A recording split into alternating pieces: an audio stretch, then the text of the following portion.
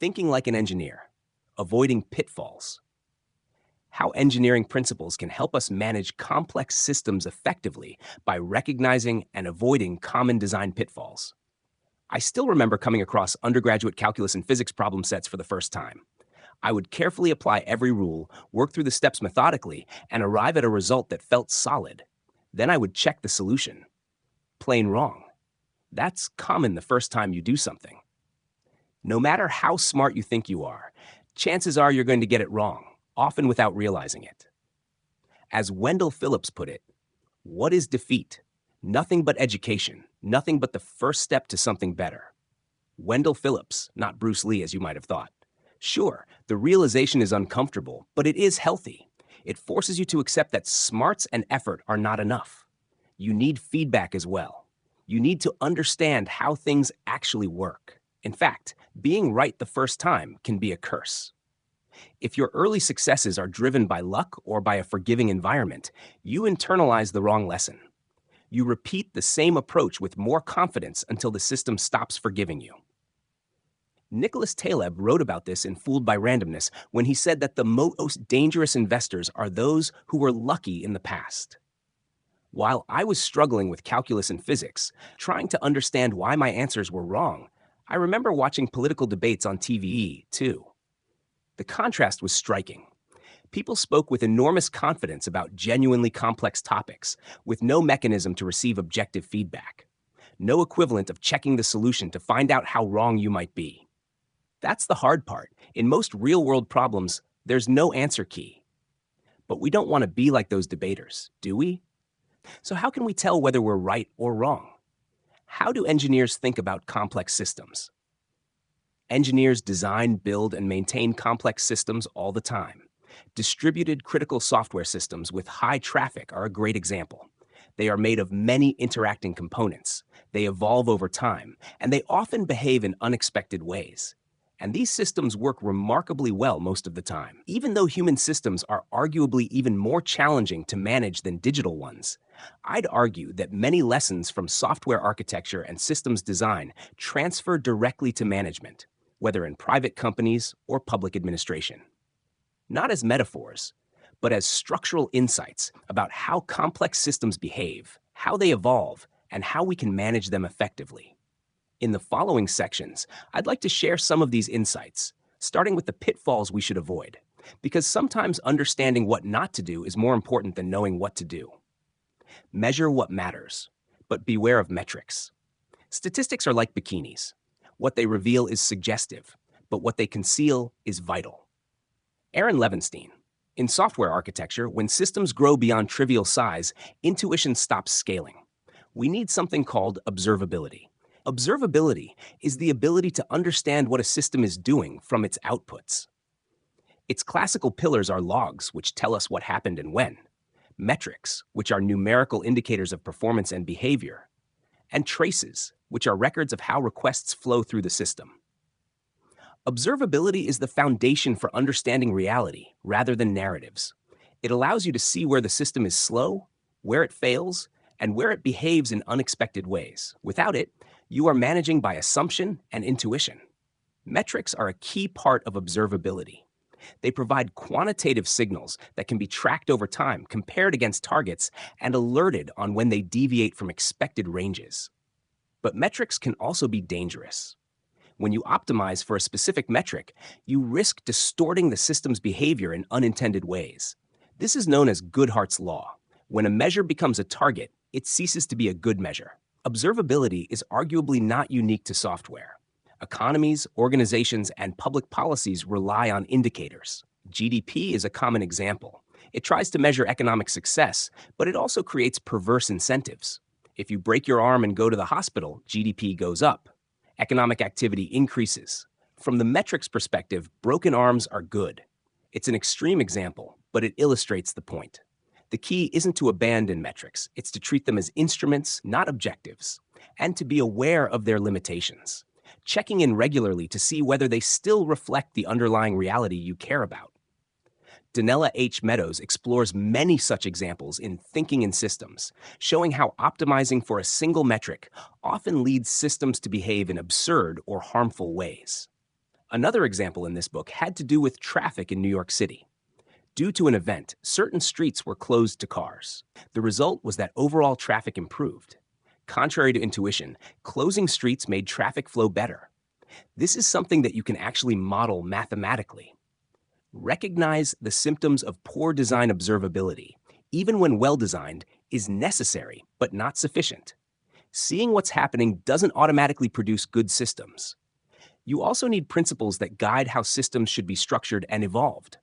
In software, these principles did not emerge from theory alone.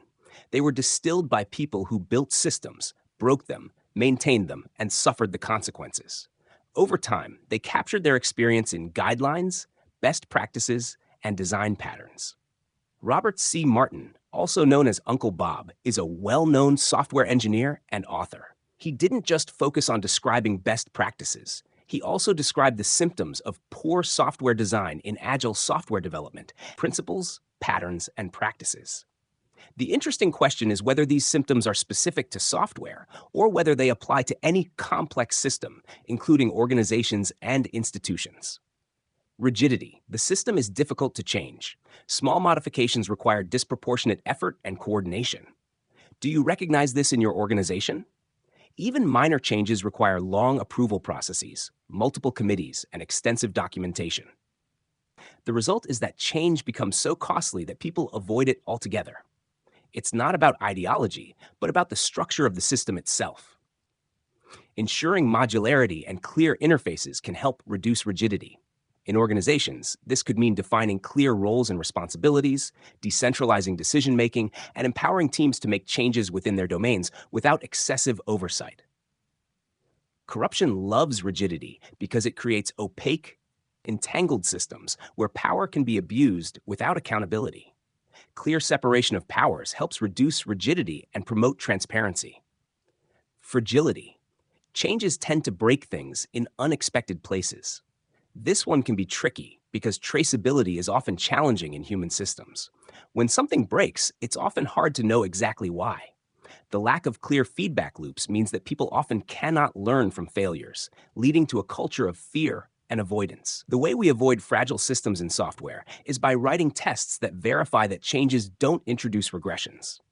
In organizations, this could translate to pilot programs, feedback sessions, and iterative approaches that allow for safe experimentation. Each change should be accompanied by mechanisms to monitor its impact and quickly revert if necessary. How nice would it be if every law or policy came with built-in review periods and success metrics? Modularity helps too. When components are loosely coupled, changes in one area are less likely to impact others. Systems that are too large, complex, and tightly entangled tend to be more fragile. Immobility functionality is so entangled that it cannot be reused elsewhere. Every new initiative starts from scratch.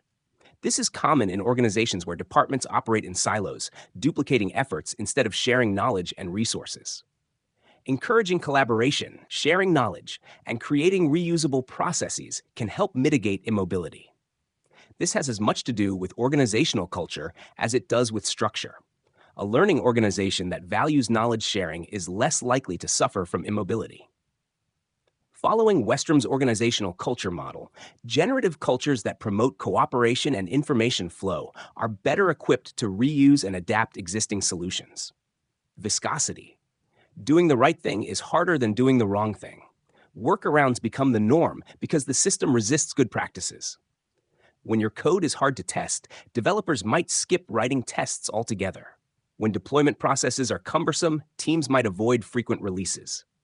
Viscosity often arises from bureaucratic hurdles, rigid procedures, and a lack of support for best practices. When the path of least resistance leads to suboptimal outcomes, people will naturally gravitate towards it, even if they know better. Shortcuts, informal agreements, and bending the rules become commonplace. To reduce viscosity, systems should be designed to make the right choices easier. This could involve streamlining processes, reducing unnecessary bureaucracy, and providing incentives for following best practices. Rules are important, but they should not become obstacles to doing what is right. Needless complexity. Complexity without clear justification often introduced to signal sophistication rather than to solve real problems. An idiot admires complexity. A genius admires simplicity. Terry Davis, creator of Temple OS complex systems, are often the result of incremental changes made without a clear overarching design. Over time, layers of complexity accumulate, making it difficult to understand and manage the system. If you keep adding features, exceptions, and special cases without refactoring or simplifying, the system becomes a tangled mess. Again, this shouldn't be a matter of ideology. I know that politicians who advocate for a smaller public sector are often found on only one side of the spectrum. Maybe it's time for the other side to start thinking about what we could achieve with less. A smaller, well-designed system is almost always more effective than a large, complex one. Needless repetition. The same concepts and processes are duplicated because the system does not support reuse. This often happens when there is a lack of standardization and shared resources. Different teams or departments might develop their own solutions to similar problems, leading to duplication of effort and inconsistency. Encouraging the use of shared libraries, templates, and best practices can help reduce needless repetition. In organizations, this could mean creating centralized knowledge bases, standard operating procedures, and promoting cross-functional collaboration. When people reinvent the wheel instead of reusing existing solutions, productivity suffers. Opacity. The system is difficult to understand. Even its operators cannot explain how it actually works. Opacity is a common issue in complex systems where the interactions between components are not well documented or understood.